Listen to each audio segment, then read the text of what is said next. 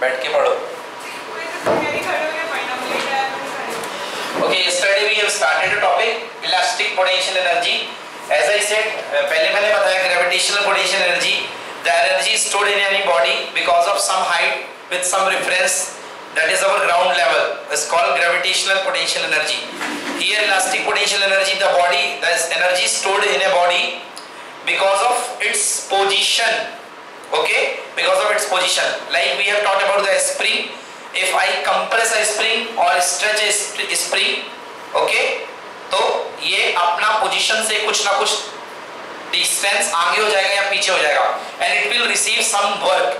What work? The work we have done on the spring, वो हमारे work को gain कर लेती है और अपने अंदर उसको सेव कर लेती है in the form of potential energy. That work that we have done is stored inside the elastic energy inside the spring, and that is called elastic potential energy. Okay, same here. Elastic potential energy possessed by the spring by virtue of its compression or expansion. Two things are there. You can compress the spring, compress or elongate the spring, stretch the spring. आप compress भी कर सकते हो और खींच भी सकते हो. खींचोगे तब भी वो एनर्जी गेन करेगी, कंप्रेस करोगे तो भी एनर्जी गेन करेगी. सो एनर्जी जीरो हो जाएगी. जो एनर्जी उसने स्टोर कर रखी है वो एनर्जी वो क्या करेगी? रिलीज कर देगी. नो, फर्स्ट हमने किया, सेव किया, that energy is called potential energy. Yes और नो? यस बेटा. So that energy is called potential energy. But जैसे ही हमने अपना हाथ छोड़ा, वो जो ब्लॉक लगा था वो क्या मिलेगा? उसको काइनेटिक एनर्जी मिलेगी. तो मतलब जो हमारी स्टोर्ड एनर्जी थी that is in the form of potential, but now that energy wasted in the form of kinetic. Understood? Not? आगे समझ में ना? So energy possessed by the spring by virtue of its compression or expansion against elastic force. कल मैंने बताया था elastic force हमेशा against में होता है. याद आया? F is proportional to minus x मैंने कहा था. फोर्स अगर आगे लगेगा तो डिस्प्लेसमेंट पीछे होगा. हम यदि स्प्रिंग को इधर की तरफ धकेल रहे हैं तो इलास्टिक फोर्स कहाँ काम करेगा? बाहर की तरफ. हमारा डिस्प्लेसमेंट इस तरफ है बट उसका फोर्स इस तरफ लगेगा. So force is always in जो है नेगेटिव डायरेक्शन में एक्ट करता था, always acting opposite direction to the displacement. That's why force is proportional to minus x. फिर प्रोपोर्शनलिटी को गायब किया था तो क्या आया था? Minus k. Okay, F equal to minus k x. कल का कॉपी का पेज पलट के देखो, मिल जाएगा. Okay, so expansion against elastic force in the spring is known as the elastic potential energy. Here is the case. You can see here. Okay, if I stretch this spring within distance x, अगर मैंने इस spring को distance x से खींचा है, so here it is the displacement. Here x equal to 0. This is normal situation. Yes or no? Now I have stretched the spring by a distance x. So string elongate this distance. Spring get elongate by this distance x. Spring को इतना elongation मिल गया. Okay, same time जब आपका external force ऊपर है, this is your external force, आप जिसमें हाथ लगा के खींच रहे हो, उस समय आपका spring force कहाँ है? बैक साइड ऊपर की तरफ है, क्योंकि आपके हाथों पर तनाव पड़ रहा होगा, क्योंकि स्प्रिंग ऊपर की तरफ खींच रही है. So this is your spring force जिसकी मैं बात कर रहा था. Okay, this is called restoring force. ये फोर्स चाहता है कि मैं वापस स्प्रिंग को यहाँ पर ले आऊं. यस और नो? जैसे ही आप यहाँ पर ये फोर्स हटाते हो करके ये स्प्रिंग अपनी जगह पे आ जाती है. यस और no? Okay, so this is restoring force. याद आया? तो हमने जो लॉ बनाया है ना, हमने इस फोर्स पर बनाया है, हमने इस फोर्स पर लॉ नहीं बनाया है. This is called restoring force और स्प्रिंग फोर्स. अंडरस्टूड? सो चलिए आगे बात करते हैं. स्प्रिंग के बारे में इतनी बात तो हो चुकी है. आगे spring, it is a colloid structure. It is a, sorry, not colloid, it is coiled. It is coiled structure made up of the elastic material. Yes, this material should be elastic. अगर इसके अंदर elasticity का nature नहीं पाया जाएगा तो expand क्यों होगी? आप मिट्टी की स्प्रिंग नहीं बना सकते हो, आप लकड़ी का स्प्रिंग नहीं बना सकते हो, क्योंकि उनके अंदर elasticity नहीं पाई जाती है. आप उसी मटेरियल का स्प्रिंग बनाओगे जो थोड़ा बहुत स्ट्रेच होने का दम रखता है. Yes or no? रबर का ओके, इलास्टिसिटी बहुत ज्यादा रबर की है. नो, इलास्टिसिटी का मतलब ये नहीं होता है कि एकदम से स्ट्रेच हो जाना. इलास्टिसिटी का मतलब होता है कि जितना स्ट्रेच होना उसी पावर से अपनी पोजीशन को रीगेन कर लेना, दैट इज कॉल्ड इलास्टिसिटी। आपको सुनने में अजीब लगेगा, पहली बार आपके लिए आया है, but which is more elastic, rubber और steel? No, steel is more elastic, because rubber की टेंडेंसी वापस अपने शेप में आने की कम है और स्टील की टेंडेंसी अपने शेप में वापस आने की बहुत ज्यादा है रबर से। So steel is more elastic. What is elasticity? Elasticity is the property of a body to restore itself, अपने आप को रिस्टोर करने की प्रॉपर्टी है। से स्टील कैसे होगा? आपको लग रहा होगा सर हम स्टील को खींच देंगे तो स्टील खींचेगा नहीं, ऐसा लग रहा है ना आपको? नहीं, स्टील खींचता है। अभी एक चैप्टर आने वाला है इसके बाद प्रॉपर्टीज ऑफ मैटर, उसमें आपको बताऊंगा मैं कि स्टील ज्यादा इलास्टिक होगा कि रबर ज्यादा इलास्टिक होगा। बट प्लीज आप यहां के लिए याद रखिए कि steel is more elastic than rubber. खींचेगा, खींचता है और बहुत कम खींचता है। क्लियर हुआ? और जो कम खींच करके जल्दी वापस आता है उसका इलास्टिसिटी ज्यादा है। वो आपको लगता है खींचता नहीं है, बट ऐसा नहीं है, वो खींचता है और अपने शेप को बहुत जल्दी गेन कर लेता है। तो steel is more elastic. Okay, समझ गए? इलास्टिक कौन होगा? जो रीस्टोर जल्दी होगा। और याद रखना प्लीज प्लीज प्लीज कि स्टील जल्दी रीस्टोर होता है कंपैरिजन टू रबर। वुड नहीं है, क्योंकि वुड रिजिड स्ट्रक्चर है, वुड रिजिड स्ट्रक्चर है, वुड में टेंशन का इफेक्ट, मतलब वुड टिल्ट ही नहीं होगा। इलास्टिसिटी किसके लिए डिफाइन है? इलास्टिसिटी जो टिल्ट हो, जो थोड़ा सा फ्लेक्सिबल आए, जिसमें थोड़ा सा एलोंगेशन हो। वुड में कोई एलोंगेशन ही नहीं है। ओके, वुड में कोई एलोंगेशन ही नहीं है। क्लियर हुआ है ना? That is called brittle, that is called brittle. Brittle है कोयला। अब कोयले में कोई इलास्टिसिटी नहीं है क्योंकि कोयला ब्रिटल है, ब्रिटल। अगर आप उसमें पत्थर मार देंगे, आप हथौड़े से कोयले को टूट देंगे, वो बिल्कुल पिस के पूरा पाउडर हो जाएगा, पाउडर हो जाएगा। बट आप यदि आप लोहे के ब्लॉक में पत्थर मारेंगे तो वो क्या होता जाएगा? मेलेबल शीट फॉर्म में बदलता जाएगा। यस और नो? तो शीट फॉर्म में बदल रहा है, इसका मतलब एटम एक दूसरे को छोड़ नहीं रहे हैं। अगर पत्थर मारा कोयले में, कोयला टूट गया, फूट गया, ब्रस्ट हो गया एकदम, इसका मतलब उसके एक पार्टिकल ने दूसरे पार्टिकल के साथ कांटेक्ट तोड़ दिया। मगर आयरन में ऐसा नहीं होता है ना? तो अभी पता चलेगा आपको, it is elastic, it is elastic. Clear हुआ कि नहीं हुआ? आ गया ना समझ में? यस। कभी बड़े ब्रिजेस के ऊपर से चल के देखे हो, गाड़ी निकलती है तो ब्रिज हिल जाता हल्का सा, जर्क करता हल्का सा bridge, that is because of elasticity. समझ गए ना? अभी आएगा एक बहुत complete chapter. Okay, so it is coiled structure made up of the elastic material capable of the applying restoring force. It is capable of applying restoring force. इसमें क्षमता होती है कि ये रीस्टोरिंग फोर्स लगाए एंड रीस्टोरिंग टॉर्क। अब restoring force और restoring torque का मतलब क्या है? अगर आप स्प्रिंग को ऐसे खींच रहे हो तो ये वापस अपने को ऊपर की तरफ खींचेगा, that is called restoring force. But आपने स्प्रिंग के एक लेग को पकड़ लिया और स्प्रिंग को ऐसे घुमाना शुरू किया, तो आप स्प्रिंग को ऐसे घुमाओगे, बट स्प्रिंग को जैसे छोड़ोगे वापस अपने शेप में आ जाएगी। यस और नो? जैसे हम कान को घुमाते हैं और कान हमारा वापस उसी शेप में आ जाता है। What is this? Restoring torque. This is the rotating force and rotating effect of rotation effect of force is called torque. समझ में आया ना?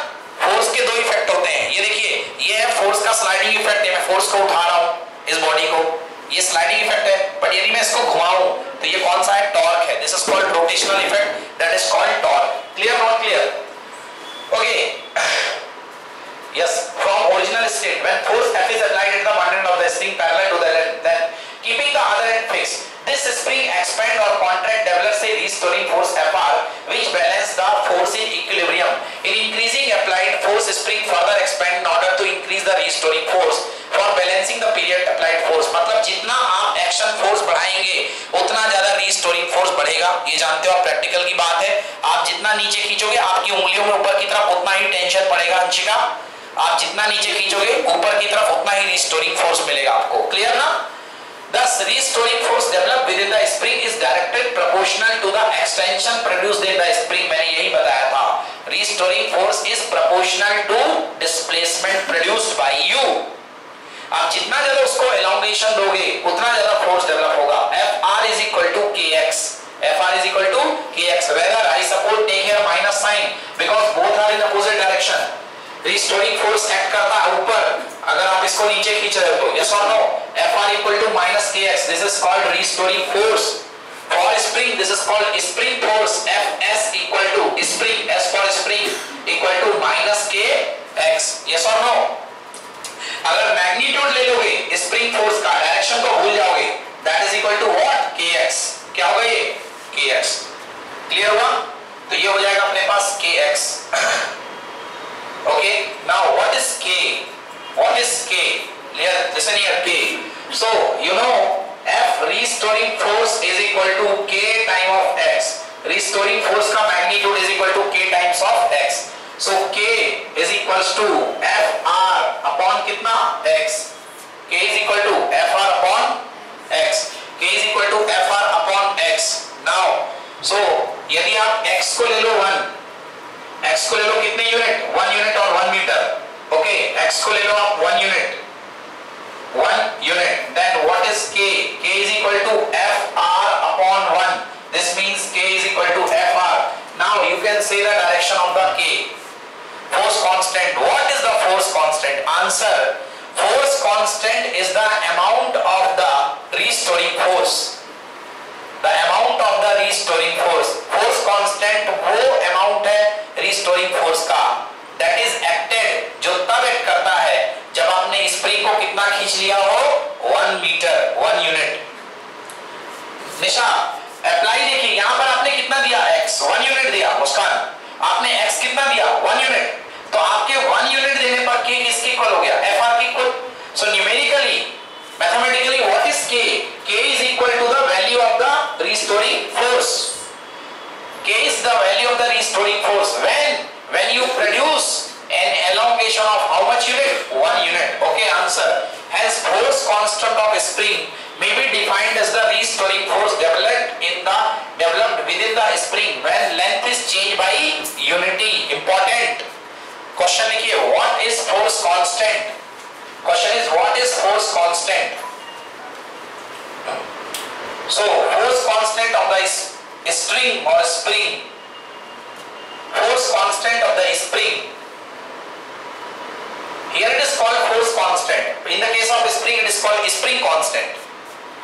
Force constant of string may be defined as the restoring force, may be defined as the restoring force developed within the spring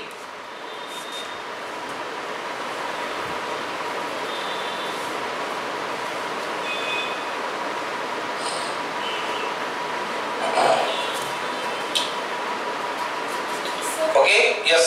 sir वो minus के sir वो minus का magnitude ले लिया ना? सर वो तो के में था ना? के में था? नो, क्या बता रहा था? डायरेक्शन बता रहा था ना. अगर मैं डायरेक्शन को इग्नोर करूं, केवल मैग्नीट्यूड की बात करूं, तो मैंने मैग्नीट्यूड को गायब, डायरेक्शन को गायब कर दिया. माइनस, वो माइनस की प्रेजेंस का महत्व क्या है निशा? क्या बता रहा है माइनस? Direction only. यस और नो? वो कोई मैग्नीट्यूड का साइन नहीं है कि वो मैग्नीट्यूड नेगेटिव होगा किसी का. नो, ओनली डायरेक्शन बता रहा है कि रिस्टोरिंग फोर्स और आपका दिया गया लेंथ दोनों अपोजिट होंगे. Wait, x equal to 1 but in equilibrium restoring force balances applied force.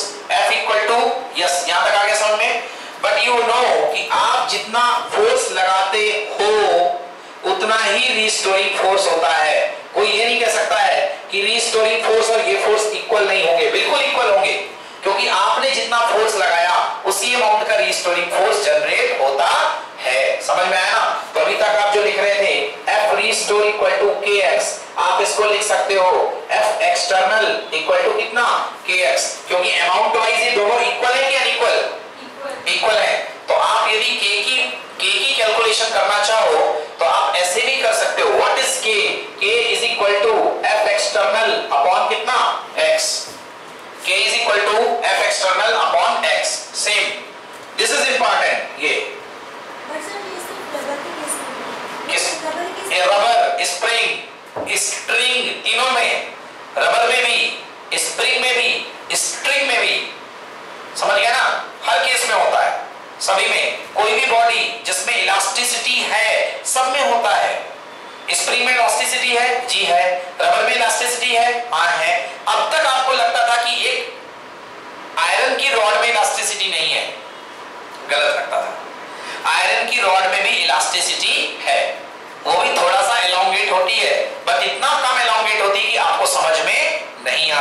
समझ में आया ना, थोड़ा सा एलोंगेट होती है तो उसमें भी यही फॉर्मूला लगता है। क्लियर हुआ नहीं हुआ?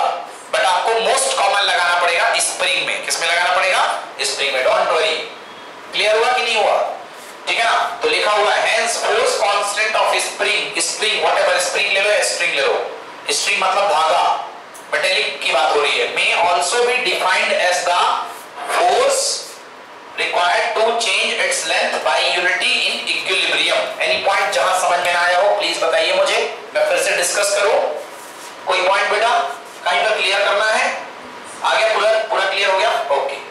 सो मेन अपना टॉपिक था यहाँ पर F equal to minus kx and magnitude wise F is equal to kx. Okay, now see mathematical expression for the elastic potential energy short for exam, very important. Mathematical expression for the elastic potential energy. Elastic potential energy. Mathematical expression for the elastic potential energy. How we calculate the elastic potential energy? Very most important. Okay. Now look here. एक अपन elastic potential energy को derive करते हैं। देखो बताओ निशा, बताइए कि यहाँ पर जो फोर्स लग रहा है वो कैसा फोर्स है? कांस्टेंट फोर्स या वेरिएबल फोर्स? बिल्कुल गलत। कैसे होगा कांस्टेंट फोर्स? कांस्टेंट फोर्स मतलब फोर्स हमेशा एक जैसा लगता। यहाँ पर आप स्प्रिंग को खींच रहे हो, यहाँ पर आप स्प्रिंग को खींच रहे हो, यहाँ पर खींचने का फोर्स, यहाँ पर खींचने का फोर्स बराबर होगा कि ज्यादा होगा? ये वाला ज्यादा होगा, मतलब फोर्स लगातार बदल रहा है कि नहीं बदल रहा है? बदल रहा ना। वेरिएबल फोर्स क्या होता है? Variable force. तो वेरिएबल फोर्स में वर्क डन कितना होता है? याद होगा आपको, वेरिएबल फोर्स में work done is equal to होता है इंटीग्रेशन। ये सब आया समझ में? इंटीग्रेशन जहां से खींचा x इनिशियल, जहां तक खींचा x फाइनल। किसका इंटीग्रेशन? फोर्स का। किसका इंटीग्रेशन? फोर्स का इंटीग्रेशन। किसके टर्म में? x के टर्म में, dx। This is work done and this work done will be saved in the form of energy. Yes or no? So to calculate the energy you need to calculate that how much amount of work you have done to make it from here to here. आपने कितना काम किया इसको यहां से यहां तक लाने में। स्प्रिंग शुरुआत में ऐसी बैठी हुई थी, उसकी नॉर्मल लेंथ थी L। कितनी लेंथ थी? L। मतलब यहां पर आपका जो स्ट्रेस था जीरो था। यहां पर जो आपने स्ट्रेच प्रोवाइड किया था, ये जो x प्रोवाइड किया था वो कितना था? जीरो। भैया नहीं खींचा ना आपने, कुछ नहीं खींचा, मतलब यहाँ पर x कितना है? जीरो। मतलब यदि मैं लोअर लिमिट की बात करूंगा तो लोअर लिमिट में क्या आएगा? जीरो। और आप इसको खींच करके कितनी दूरी तक ले गए? देखो साफ साफ दिख रहा है कितनी दूरी तक? x zero. मतलब अपर लिमिट कितनी आएगी? x zero. कितनी आएगी अपर लिमिट? x zero. भैया शुरुआत में कितनी खींची थी? जीरो। जीरो से आप ले गए इसको x जीरो तक। यस और नो? आपको बताना है कि वर्क डन कितना होगा। क्लियर हुआ? आया समझ में? तो वर्क डन कितना होगा आपको ये बताना है। चलिए देखते हैं, स्टार्ट करते हैं। सबसे पहले आप देखना, अब एक भी लाइन लिखना नहीं है जब तक मैं बोल रहा हूं। यहां पर स्प्रिंग स्टार्ट में L लेंथ की है, अनस्ट्रेच्ड कंडीशन में, अनस्ट्रेच्ड संतुलित अवस्था में स्प्रिंग रखी हुई है, बिना किसी तनाव के, बिना किसी दबाव के। जब स्प्रिंग संतुलित अवस्था में है तो इसमें ना कोई फोर्स लगेगा क्योंकि उसको कोई मतलब नहीं है, क्योंकि उसे कोई खींचने वाला नहीं है। अब मान लीजिए आपने स्प्रिंग को खींचना शुरू किया और आप स्प्रिंग को खींच करके x डिस्टेंस पर ले गए, यहां पर ले गए। जैसे ही आप x डिस्टेंस पे ले गए स्प्रिंग पर, तुरंत एक रीस्टोरिंग फोर्स काम करने लग गया अपोजिट डायरेक्शन में। बोलिए यस और नो? उस अपोजिट डायरेक्शन में काम करने वाले फोर्स का मैग्नीट्यूड यानी कि अमाउंट कितना है? k into x मैंने आपको पढ़ा रखा है। यस और नो? क्योंकि ये किसके हिसाब से ट्रेवल होता है? x के हिसाब से। बोलिए यस और नो? ठीक है ना? इस फोर्स के इंपैक्ट में आपने इच्छा जताई कि चलो यार थोड़ा सा स्प्रिंग को हल्का सा dx डिस्टेंस खसका करके देखते हैं। कितना डिस्टेंस? dx। आ रहा समझ में ना? कितना डिस्टेंस खसका करके देखते हैं? dx। मतलब आपने स्प्रिंग को यहां से यहां इतना dx डिस्टेंस खसकाने की कोशिश करी। कितने डिस्टेंस? dx। किसके प्रभाव में? इस बल के प्रभाव में। समझ गया ना? इस बल के प्रभाव में आपने dx मैग्नीट्यूड खसकाने की कोशिश करी। कोशिश चलिए तो ये छोटा सा काम कितना हुआ वो हम निकालते हैं। तो यहां से यहां तक खिसकाने में आपने छोटा सा काम किया, that is called DW, that is called DW। Work is equal to होता है क्या, बोलो, force dot displacement, vector form बोलो, फोर्स डॉट डिस्प्लेसमेंट, मतलब कि फोर्स का मैग्नीट्यूड इनटू डिस्प्लेसमेंट का मैग्नीट्यूड। अभी मैंने ऐसा रख दिया, सॉरी मैग्नीट्यूड बोल रहा हूं, रख रहा हूं वेक्टर। सो फोर्स का वेक्टर डॉट डिस्प्लेसमेंट का vector, this is the most basic important fundamental definition of the work. Now formula open करता हूं, DW is equal to force का मैग्नीट्यूड इनटू dx का मैग्नीट्यूड, दोनों वेक्टर का magnitude into cos कितने degree, theta. Yes और no?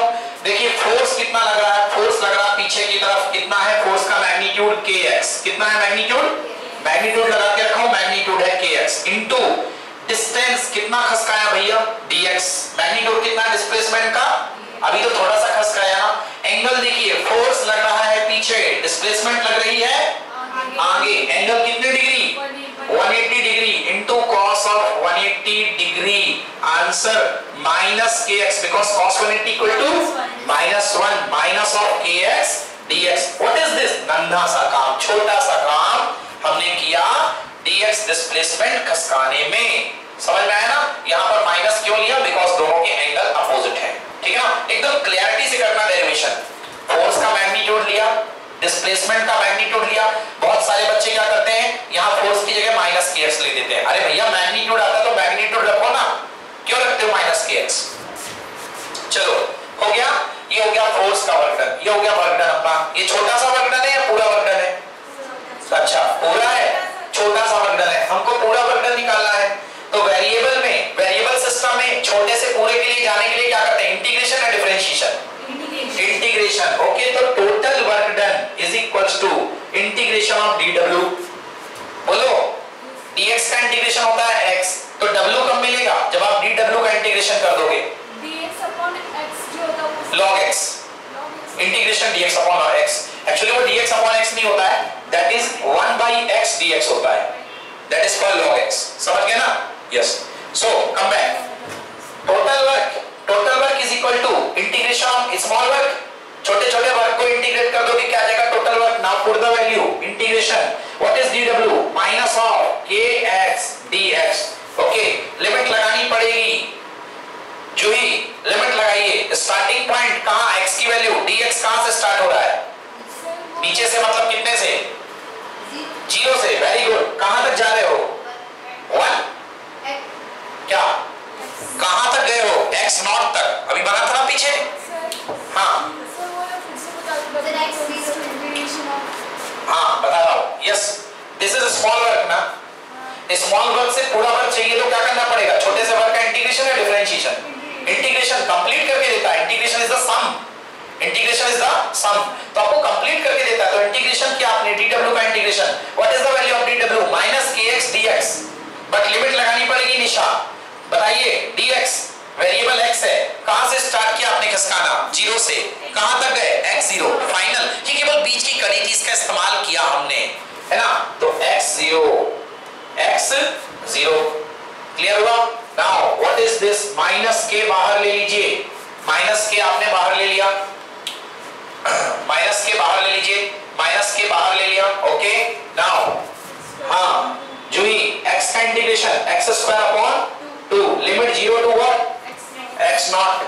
Okay, x naught is the position, final position, minus k upon 2, k भी constant है बाहर, this is what, this is work done, minus k by 2। Okay, minus k by 2,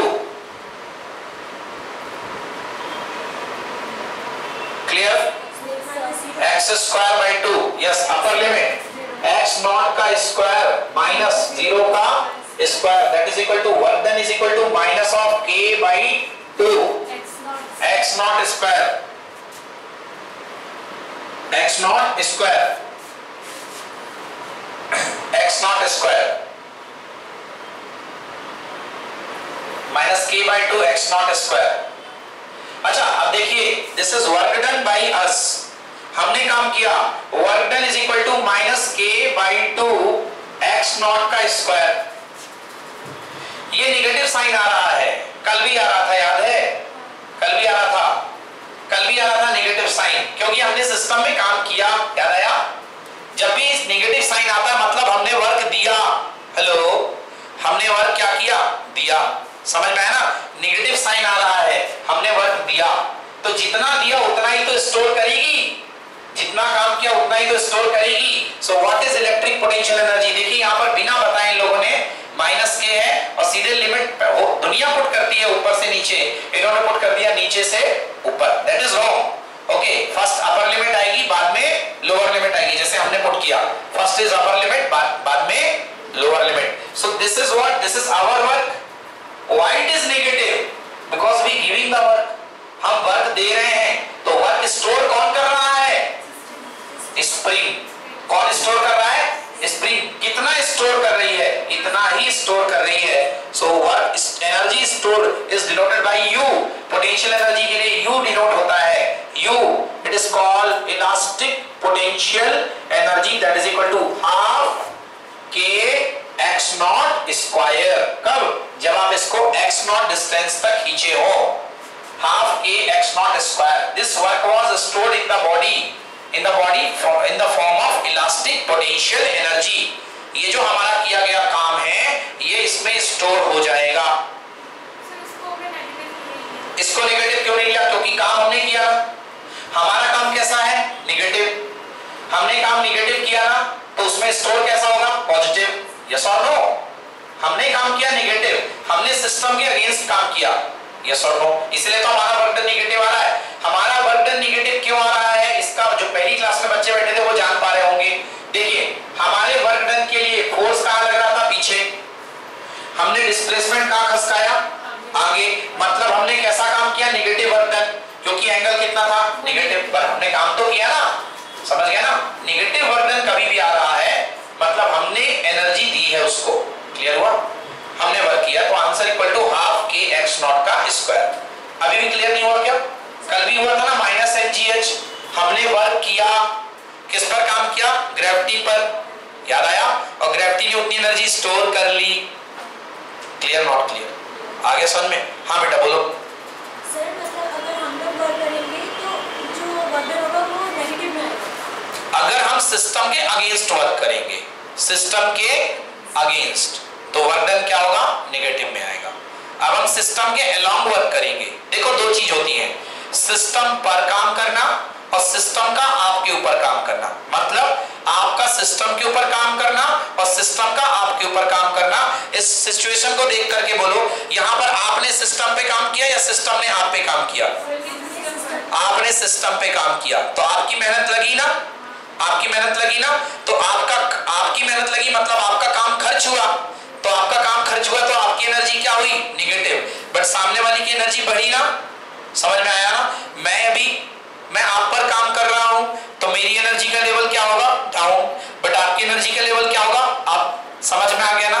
आप system है और मैं external body हूं, मैं आप पर काम कर रहा हूं तो मैं आपको वर्क दे रहा हूं। समझ में आया ना? मैं आप पर खर्च करूंगा कितना? 6 जूल। कितना खर्च करूंगा? 6 जूल। तो मेरे लिए जो काउंट होगा दैट इज -6, बट आपके लिए काउंट क्या होगा? +6। क्या काउंट होगा? +6। आया समझ में कि नहीं आया? एक रिलेशन लिख लो बच्चों, very important. Energy is equal to negative of work. Stored energy equal to negative of work. मेरा जितना खर्च होगा आपके पास उतना स्टोर होगा। बोलो यस और नो? अभी भी नहीं आया समझ में? U potential energy is equal to negative of work. अब देखो, इससे क्लियर करता हूं, नेगेटिव लगे रहने दो। हमने कितना काम किया? ये निकला था काम -k/2 x0 का स्क्वायर। माइनस माइनस क्या हो गया? Positive. Answer half k x not का स्क्वायर। नोट करिए। अब क्लियर हुआ कि नहीं हुआ? ये बहुत बड़ा कंफ्यूजन है। आई बिलीव ये माइनस प्लस का बहुत बड़ा पंगा इस चैप्टर में, ठीक है ना? हाँ,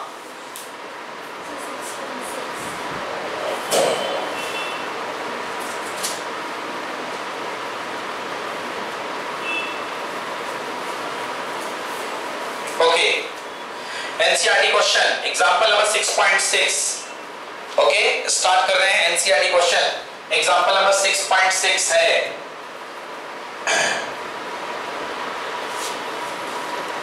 सर वो लॉग 20.1 की वैल्यू क्या है सर, जो उसमें 1.5 आ गई सीधा? हाँ, ये तो आपको लॉग टेबल से निकालनी पड़ेगी अगर आपका ये प्रॉब्लम है। लॉग टेबल से जब देखा तो 3 है आंसर। नहीं, उसमें लॉग देखने के लिए नेचुरल लॉग में देखना पड़ता है। लॉग 20.1 नेचुरल लॉग में निकालना पड़ेगा। सर लॉगरिथम क्या होता है? अब इतना सिंपल तो नहीं है कि मैं भी आपको एकदम से एक्सप्लेन कर पाऊँ कि लॉगरिथम क्या होता है। एक अलग ही टाइप का मैथमेटिक्स है। सर उसमें जो बस आपका इतना डाउट है ना 20.1 के आगे। ओके, तो इसको मैं आपको लॉग टेबल के साथ निकाल के बताऊंगा। When you have the log table, जो होती है सर इसमें upper limit minus lower limit होती है तो वो डिवाइड हो जाती है। हाँ, इसमें लॉग में डिवाइड हो जाएगी। लॉग में divide, because log a minus log b, आप क्या करोगे log a minus log b and log a minus b equal to log a upon b। ये मैंने आपको लॉग में पढ़ाया है चैप्टर नंबर 1 में। Okay, done. तो ये हो गया हमारा पास work done. This work done is stored in the form of potential energy. Now next question. एक तो ये क्वेश्चन है वेरी इंपॉर्टेंट जो एग्जाम में आना ही आना है। इस क्वेश्चन को कोई नहीं टाल सकता है। लिखिए work energy theorem. Work energy theorem. Work energy theorem. Work energy theorem के दो एस्पेक्ट हैं। वर्क एनर्जी थ्योरम के दो एस्पेक्ट हैं। एक मतलब जैसे आपके पास कोई बॉडी है, यहां रुकी हुई है, ये देखिए ये बॉडी यहां रुकी हुई है, मैंने इस पर काम किया और उसको यहां पहुंचा दिया। ये बॉडी यहां पर रुकी हुई थी तो इसके पास कौन सी एनर्जी थी? पोटेंशियल, क्योंकि रुकी हुई बॉडी के पास कोई काइनेटिक एनर्जी नहीं होती है। जब मैंने यहां पर इसको ला करके रोक दिया तो अब भी इसके पास कौन सी एनर्जी है? पोटेंशियल, क्योंकि तब भी रुकी हुई है। अब मुझसे पूछोगे कितना वर्क किया? सो सिंपल, हायर लेवल की potential energy minus initial level की potential energy, this is called work done. तो एक वर्क एनर्जी थ्योरम होती है कि किया गया work done is equal to U final minus U initial. Final potential energy minus initial potential energy is the work done. किया गया काम equal to final potential energy minus initial potential energy. This is one type. Okay, second type, आपके पास एक ठेला, एक कोई wagon है, कोई कार्ट है, आ रहा है, एक फिक्स वेलोसिटी से आ रहा है 6 मीटर पर सेकंड से। आप खेलते हुए रास्ते पे जा रहे थे, आपने और जोर से उसको मारा और वो वेलोसिटी जाकर के चेंज हो गया। पहले उसकी काइनेटिक एनर्जी कितनी थी? K1। कितनी थी काइनेटिक एनर्जी? K1। जब आपने उसको धक्का मार दिया, आपने उस पर थोड़ा सा काम कर दिया तो उसकी काइनेटिक एनर्जी डेफिनेटली बढ़ जाएगी ना। So that is what? K2। Yes और नो? आपसे कोई पूछे कि बताइए आपने वर्क कितना किया, so your work done is equal to K2 minus K1। समझ में आया? तो सिंपल वर्क एनर्जी थ्योरम यही कहती है कि your work done is equal to change in energy. समझ गए? अगर केवल पोटेंशियल की बात है तो चेंज इन पोटेंशियल एनर्जी, अगर काइनेटिक की बात है तो चेंज इन काइनेटिक एनर्जी, और अगर दोनों चेंज हो रहे हैं तो फिर थोड़ा सा परेशान होना पड़ेगा, फिर ये थ्योरम सेपरेट नहीं लगेगी। क्लियर हुआ? चलिए आइए इसको डेरिवेशन करते हैं इसका। सबसे पहला हमने काइनेटिक का केस उठाया है कि काइनेटिक के केस में कैसे चेंजेस आएंगे। फर्स्ट है work energy theorem. It states, ये कहती है the total work done in the body on the body is equal to the change in kinetic energy. किसी बॉडी में टोटल किया गया वर्क डन इसकी काइनेटिक एनर्जी में चेंज के इक्वल होता है। ओके, कितना इसका किया गया जो काम होता है that is equal to change in kinetic energy. Okay, yes, provided body is confined to move horizontally and no dissipating forces are operating. याद रहे कि शर्त ये है कि केवल बॉडी जो है हॉरिजॉन्टल मूव करनी चाहिए। मतलब ऐसा नहीं कि कुछ पार्ट इसका पोटेंशियल एनर्जी में वेस्ट हो, नो, ऐसा। जब आप काइनेटिक की बात कर रहे हो, मैंने बोला एट ए टाइम एक ही सॉल्व हो पाएगा। काइनेटिक की बॉडी सरफेस में अर्थ में मूव कर रहा है। और दूसरी बात, कोई बीच में ऐसा नहीं होना चाहिए कि मतलब बॉडी को आपने धक्का दिया और बॉडी की वेलोसिटी v1 से v2 तो हुई, बट ऐसा नहीं कि कोई तीसरा फोर्स आ रहा है और वो भी कम करने में लगा हुआ है, क्योंकि हम उसको कंसीडर नहीं कर रहे हैं और वो काम कर रहा है। ये नहीं कि उस समय फ्रिक्शन काम कर रहा हो, नो, उस समय फ्रिक्शन काम नहीं करेगा, तो उस समय आपको फ्रिक्शन को कंसीडर नहीं करना है। Clear, not clear? So important, body is confined to move horizontally and not dissipating force. Underline, इस पे कोई फोर्स काम नहीं करना चाहिए, कोई dissipating force. Clear? Not clear? समझ में आई बात? क्लियर ना? तो ये हो गया। स्टार्ट देखते हैं। ये देखिए आपके पास एक बॉडी है जिस पर F फोर्स लग रहा है। क्यों ना लगे फोर्स? क्योंकि बिना फोर्स के वर्क होता ही नहीं है। अगर फोर्स नहीं होगा तो वर्क ही नहीं होगा। फोर्स लगा, बॉडी की इनिशियल वेलोसिटी कितनी थी बेटा? v1। एस डिस्प्लेसमेंट चलने के बाद बॉडी की वेलोसिटी कितनी हो गई? v2। क्यों ये वेलोसिटी v2? क्योंकि आपने फोर्स लगाया, और जब फोर्स लगाओगे तभी काम होगा, और जब फोर्स दोगे तभी तो एक्सेलरेशन होगा, और acceleration is what? Change in velocity. और जब एक्सेलरेशन दोगे तो वेलोसिटी में चेंज होगा, तो वेलोसिटी थी बॉडी की v1, फाइनली कितनी हो गई? v2। क्लियर हुआ? तो आप पर ये कांस्टेंट फोर्स देखो, अभी भी F लग रहा है, बाद में भी F लग रहा है, बट हमारी लिमिट यहां पर केवल यहां से लेकर के यहां तक का वर्क डन निकालना है। इस बॉडी के अंतिम तक का हमको वर्क डन नहीं निकालना। हमारी कंफाइंड लिमिट है कि आप तो हमें तब तक का वर्क डन बता दो कि जब बॉडी आपकी यहां से मेरी इस कोचिंग की ब्रांच से दूसरी कोचिंग की ब्रांच में पहुंच गई। एक लिमिटेड वर्क डन आपको बताना है। समझ में आया ना?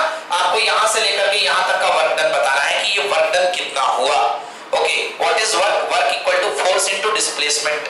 Work is equal to force into displacement. चलिए देखते हैं, स्टार्ट करते हैं। पहले डायग्राम बनाइए फटाफट। बन गया डायग्राम? Okay, very good. चलिए अब स्टार्ट करते हैं। हमको निकालना है वर्क डन कितना होगा, और हमारे पास वर्क डन लास्ट में क्या आने वाला है? हमारे पास लास्ट में वर्क डन आने वाला है, that is equal to kinetic energy of second time minus kinetic energy of first time. ये आने वाला है, और हम कह देंगे हेंस प्रूफ। देख लीजिए, प्रूफ हो गया। मतलब kinetic energy of second time क्या होगा? निशा, हाफ m v2 का square minus half m v1 का स्क्वायर। कुछ भी हमको ये लेकर के आना है, शो करना है कि काइनेटिक एनर्जी जो होती है, सॉरी जो वर्क डन होता है, वर्क डन इसमें काइनेटिक एनर्जी में जितना चेंज होगा उतना ही वर्क डन होगा। ये हमको फाइनली प्रूफ करके लेके आना है। ओके, स्टार्ट करते हैं। चलिए देखिए, yes, consider a body of mass m moving with the initial velocity v1 after traveling a distance s through, इसकी वेलोसिटी हो गई v2। स्टार्ट करेंगे। Yes Anshika, initial velocity v1, final velocity v2, travel distance equal to s, yes और no? Now work equal to force into displacement. Force into displacement, force equal to mass into acceleration. हमारे पास मास है, हां m है, displacement है, हाँ है, acceleration नहीं है। एक्सेलरेशन निकालना बहुत इंपॉर्टेंट है। मैं ये क्या बोल रहा हूं? मैं ये बोल रहा हूं आपको क्या निकालना है? Work done is equal to force into क्या? डिस्प्लेसमेंट। बेटा आपके पास फोर्स की जगह मास इनटू एक्सेलरेशन होता है। डिस्प्लेसमेंट m आपको दिया गया है, s आपको दिया गया है, बट आपको एक्सेलरेशन नहीं दिया गया है, तो आपको एक्सेलरेशन निकालना है। बोलो हाँ या ना? निकालना है ना? एक्सेलरेशन निकालने के लिए तैयार हो जाइए। Formula v square equal to u square plus 2as। इधर देखो, लिखना मत करो। v square equal to u square plus 2s। Final velocity Anshika v2, initial velocity v1 equal to 2as। तो 2s को सेपरेट रखो, v1 को यहां लेके आओ। 2as इक्वल टू v2 का स्क्वायर माइनस v1 का square, a equal to v2 square minus v1 square upon कितना? 2s। क्लियर हुआ? Now force equal to mass into acceleration. Force equal to mass into acceleration. तो मेरे पास force equal to है, मास है m, acceleration कितना निकला? v2 square minus v1 square upon कितना? 2s। Yes और नो? और डिस्प्लेसमेंट देखो, वर्क क्या था? Force into displacement. तो वर्क निकालता हूं, work is equal to force. Force की वैल्यू है ये, पूरा का पूरा पुट कर दो, m v2 स्क्वायर ब्रैकेट में माइनस v1 स्क्वायर अपॉन कितना? 2s। बोलिए यस। इनटू डिस्प्लेसमेंट कितना ट्रेवल किया? s। s से s क्या हो गया? Cancel. w is equal to m by 2 v2 square minus कितना? v1 square. क्योंकि ऊपर बचा v2 square minus v1 square. तोड़ लीजिए इसको, कितना आएगा? Half m v2 square minus half m v1 square. अरे ये क्या है भाई? ये है second kinetic energy, kinetic energy at the second state. और ये क्या है? Kinetic energy at the first state. Okay, yes और no? So total work done is what? It is equal to change in kinetic energy. Yes or no? Clear हुआ कि नहीं हुआ? तो यहां अपने अपना पास आ गया force equal to m v2 square minus v1 square upon 2s। लिखेंगे ऐसा जैसा इसमें लिखा हुआ है। Work is equal to force into displacement. Force देखिए m v2 square minus v1 square s। Displacement कितने एंगल पे हुआ? 0 एंगल पे, cos 0 इक्वल टू 1।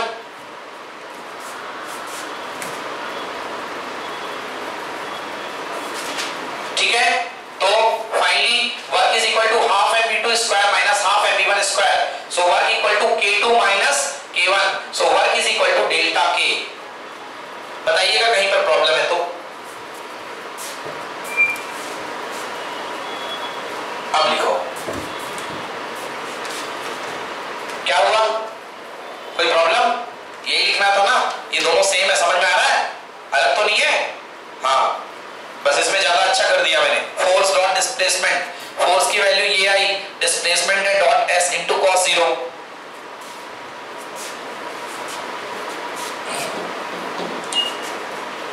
ओके, तो ये 4 नंबर का क्वेश्चन आपका तैयार हो गया, वर्क एनर्जी थ्योरम।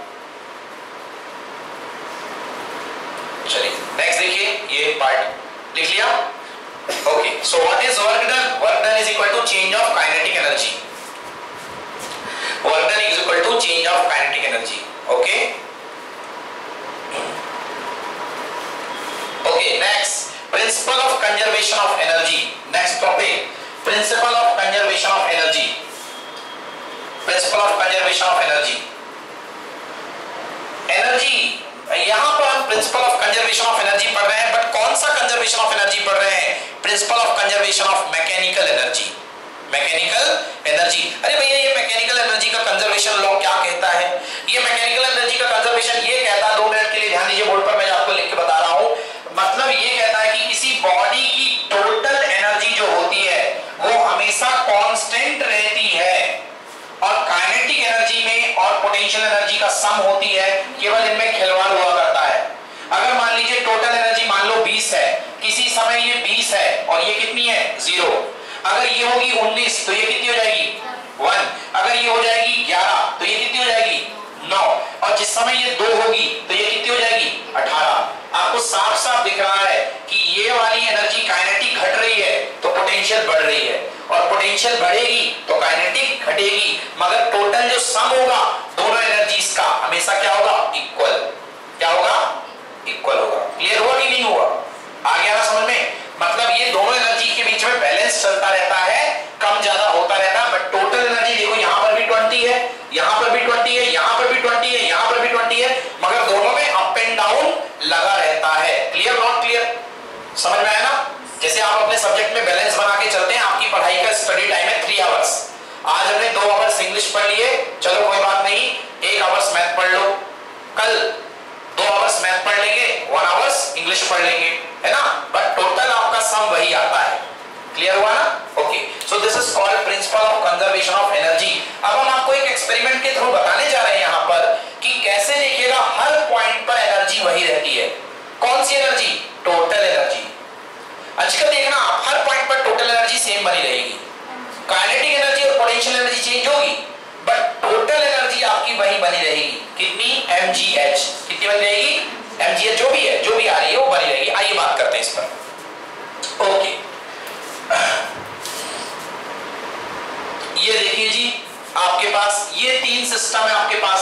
आपको 3 जगह पर मैं आपको एनर्जी बता रहा हूं। देखिए h हाइट पर है, h हाइट पर एक ब्लॉक छोड़ा जा रहा है आपके पास, h हाइट पर एक ब्लॉक छोड़ा जा रहा है। इसके छूटने के जस्ट समय इसकी वेलोसिटी है v0। क्या वेलोसिटी है? v0। स्टार्टिंग वेलोसिटी इसकी v0 है। मुझे पता नहीं है कि रेस्ट से छोड़ा गया है, अगर रेस्ट से छोड़ा गया होगा तो v0 इक्वल टू कितना होगा? 0, क्योंकि अगर कोई ब्लॉक रेस्ट पे छोड़ा जाता है तो उसकी इनिशियल वेलोसिटी कितनी होती है? 0। मैं भी नहीं कह सकता हूं कि क्या है, चलो ठीक है, ब्लॉक आएगा, नीचे आएगा, वेलोसिटी बढ़ेगी। क्यों? क्योंकि एक्सेलरेशन लग रहा है। कौन लग रहा है? ग्रेविटेशनल एक्सेलरेशन लग रहा है, इसकी स्पीड बढ़ेगी। इस पॉइंट पर वेलोसिटी कितनी हो गई? v1। बोलो यस। तो यहां से आने पर इसकी स्पीड बढ़ गई, मतलब काइनेटिक एनर्जी बढ़ गई, मगर ये अपनी हाइट तो कम होता जा रहा ना, तो पोटेंशियल घट रही है, तो पोटेंशियल डिक्रीज हो रही है और काइनेटिक बढ़ रही है। और नीचे आया, पोटेंशियल और कम हो गई, यहां पर आकर के टकराते जस्ट समय पोटेंशियल बिल्कुल 0 हो गई, बट काइनेटिक बढ़ गई, v2 हो गई। तो आपको बताना है टोटल एनर्जी तीनों केस में। इस केस में टोटल एनर्जी क्या है, यहां पर टोटल एनर्जी क्या है, और यहां पर टोटल एनर्जी क्या है, और दिखाना है कि टोटल एनर्जी तीनों की सेम है। अगर टोटल एनर्जी तीनों की सेम हुई, इसका मतलब एनर्जी कंजर्वेशन सही है, और अगर नहीं है सेम, इसका मतलब एनर्जी कंजर्वेशन गलत है। बोलो क्लियर हुआ? चलिए तो तीनों पॉइंट पर एनर्जी देखते हैं। सबसे पहले देखते हैं, स्टार्ट करते हैं। It states that energy can neither be created nor be destroyed, it can only converted from one form to another. Which form to which form? Potential to kinetic, kinetic to potential. Dance होता रहेगा, kinetic to potential potential to kinetic में, yes और no? Start, stop writing. Consider a body of mass m. This is not man, this is mass. Consider a body of mass m situated at a height and moving with a velocity v0. एक body height पर है, कितनी height पर? h height पर, और यहाँ पर इसको ऑब्जर्व किया गया कि इसकी रफ्तार कितनी है? v0. ठीक है, इस पॉइंट पर बिल्कुल यहीं पर मैं आपसे पूछूंगा इसकी काइनेटिक एनर्जी कितनी होगी? आप मुझे बताओगे सर? बहुत सिंपल है, हाफ m v0 का स्क्वायर। बताओगे ना, क्योंकि kinetic energy equal to half m into velocity का स्क्वायर, तो यहाँ पर वेलोसिटी v जो है तो इसकी काइनेटिक एनर्जी कितनी होगी? हाफ m v नॉट का स्क्वायर। मैं आपसे पूछूंगा मुझे इस पॉइंट पर प्लीज काइनेटिक पोटेंशियल एनर्जी बता दो। आप बोलोगे सर बहुत मजाक कर रहे हो, mgh होगी यहाँ पर, सिंपल, यस और नो? तो यहाँ पर इसकी टोटल एनर्जी, मैं बोल रहा हूँ फिर से, टोटल एनर्जी E1 क्या होगी? mgh potential plus kinetic half m v not square. Agree करते हो नहीं करते हो? फटाफट नोट कर लो इसको, ये हो गया mgh plus mg half m v not का स्क्वायर। ये हो गई आपकी पहली एनर्जी इस पॉइंट पर, ओके? ये इस पॉइंट पर आपकी पहली एनर्जी हो गई,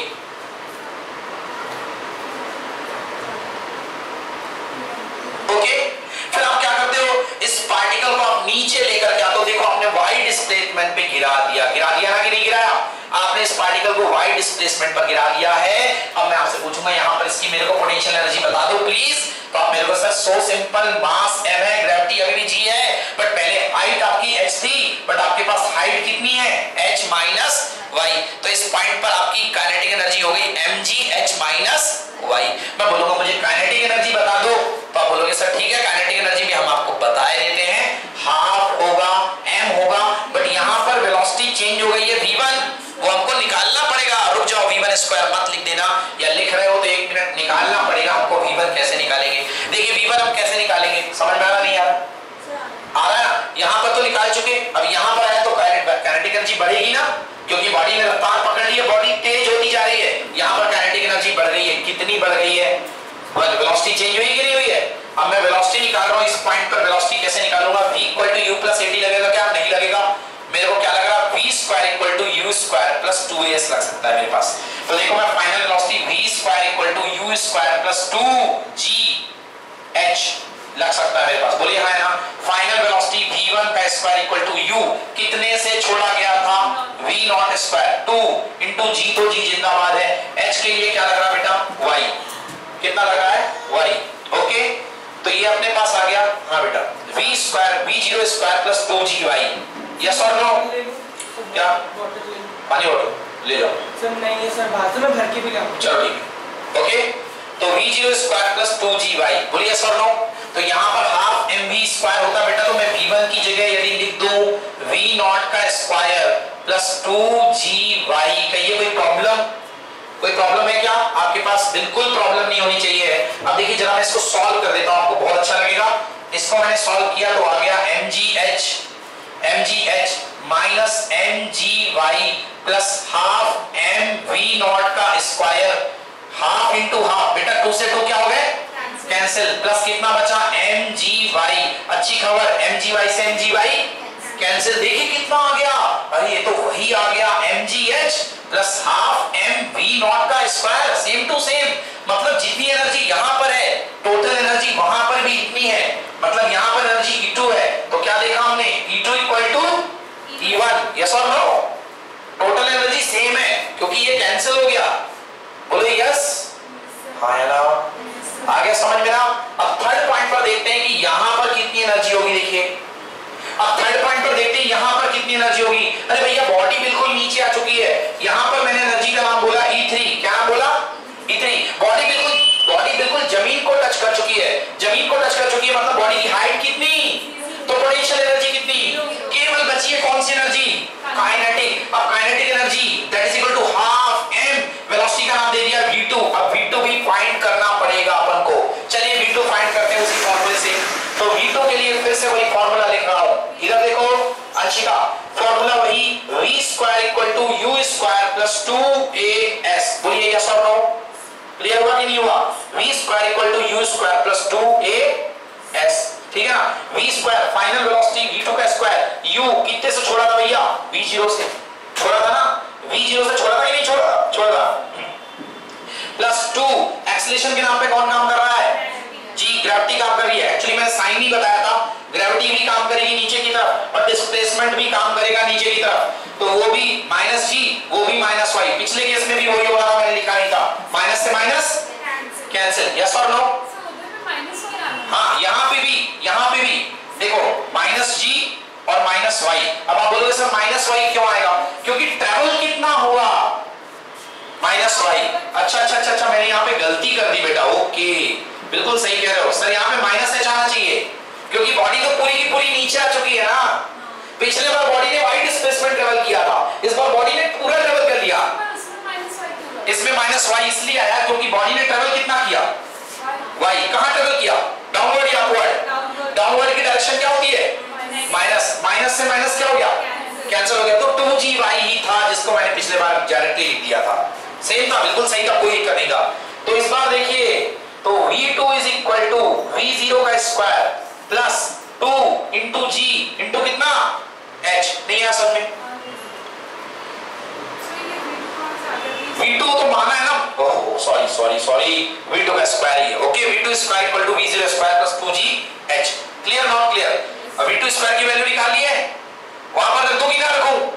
रख देता हूं। तो E3 तीसरी वाली एनर्जी इक्वल टू 0, तेरा कुछ नहीं हो सकता है, 1/2 मास वेलोसिटी का स्क्वायर, पहला है V0 का square plus 2 into G into H। आराम से देखना, ओपन करना, देखो m इंटू V0 का स्क्वायर, हाफ m V0 का स्क्वायर, हाफ का मल्टीप्लाई 2 के साथ 2 से 2 कितना बचा, देख लो तीनों केस में एनर्जी बराबर आ रही कि नहीं आ रही है।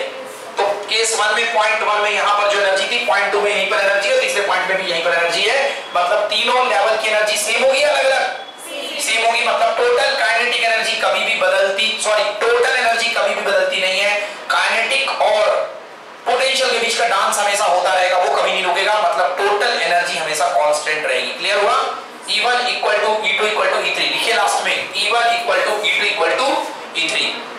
ये देखिए, ये पूरा डेरिवेशन है जो मैंने आपको करा दिया। तो लास्ट वाली line, from above it must be clear that E1 equal to E2 equal to E3, this proves the law of conservation of mass, law of conservation of energy. Clear हुआ? चलिए आज के लिए इतना ही, 2 डेरिवेशन हो गए, आपके एग्जाम में आएंगे पक्का, तैयार कर लीजिएगा। थैंक यू बच्चों।